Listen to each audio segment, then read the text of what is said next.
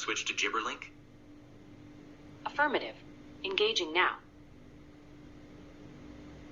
Gibberlink might actually be a predetermined technology that they have for maybe quicker communication between the agents that's already built in. Matter of fact, let's check.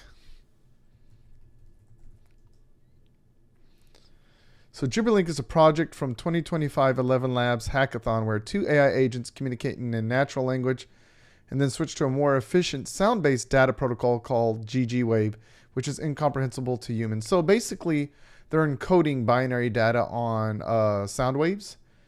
That's actually what analog technology is. When you encode data onto either electromagnetic frequencies or sound frequencies, like the old sound alert system, you know, or even old modems where you hear those weird beeps and tones and sounds, that's encoding data onto sound.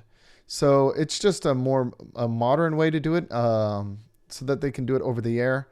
It might even be actually less efficient than some of the other sound technologies they've done in the past, but who knows, right? You just look at its protocol and its bandwidth and all that good stuff. So allows for faster, more efficient exchange compared to natural language. So that makes sense. Reduces computational load because you don't have to interpret natural language. So that also makes sense. Standardizing formats and securing data. So since you're moving the binary data, you can, and you're encoding it on top of sound, you can actually encode it in the ways that you want to protect the data, right? So that makes sense here. Let's go back.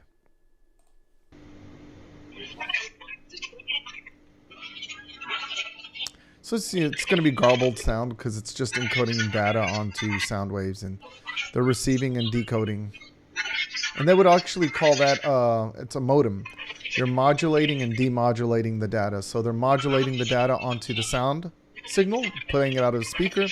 The other end receives it and they demodulate it, right? That's what modems are.